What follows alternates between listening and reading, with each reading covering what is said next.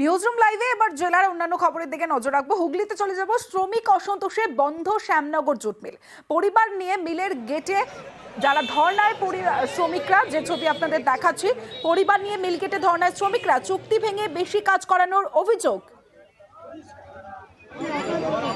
हम लोग बोले हैं मालिक का भी बात हम लोग थोड़ा बहुत माने हैं कि भाई हम लोग का मिल चलेगा तो हम लोग का इलाका का डेवलप होगा, हम लोग का भविष्य बनेगा, बाल बच्चा का भविष्य बनेगा। लेकिन ये लोग गुंडागर्दी करके, जबरदस्ती करके, मान लीजिए हम लोग 6 मशीन चलाते हैं, साल भर काम करेंगे, 2 साल काम करेंगे, 5 साल बाद खून फेंक के हम लोग मर जाएंगे।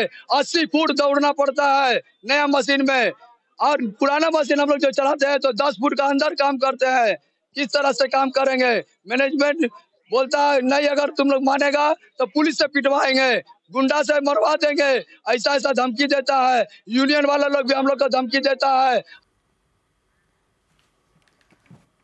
ভদ্রেশ্বরে বন্ধ শ্যামনগর জুট মিল আর সান্ত্বনা দিয়েও সমালোচিত।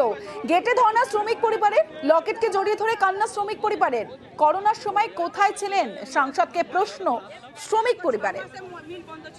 তখন তা কেউ আসেনি, কোভিড বিতে গেল, আপনারা কোথায় ছিলেন? আমাদের কোভিডও দেখ, আমাদের জানিয়েছে তো। কেন কোভিডে দিদি আপনি জানলেন নাকি সব জায়গায় লকডাউন আছে, মানুষ না খেয়ে মরছিল? সময় এসেছিল কোনোদিন তো আমরা দেখিনি দিদি।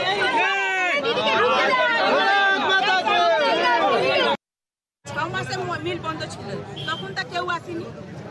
কোভিড বিতে গেল, আপনারা কোথায় ছিলেন? আমাদের কোভিডও দেখ, আমাদের জানিয়েছে তো। কেন কোভিডে দিদি আপনি জানলেন নাকি সব জায়গায় লকডাউন আছে, মানুষ না খেয়ে মরছিল? সময় এসেছিল কোনোদিন তো আমরা দেখিনি দিদি। এসেছিলাম না কোভিডের সময়, কোনোদিন আমরা দেখিনি। কোভিডের সময় আসা হয়েছিল দিদি।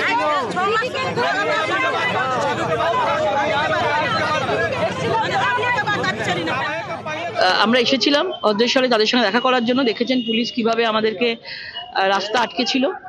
আজকে তারাই সকালবেলা থেকে পরিবারকে নিয়ে, বউ বাচ্চা নিয়ে তারা রাস্তায় বসে আছে, কারণ শ্রমিকদেরকে রাস্তায় নামিয়ে দিয়েছে তৃণমূলের সরকার, তাদেরকে এই করতে বাধ্য করেছে।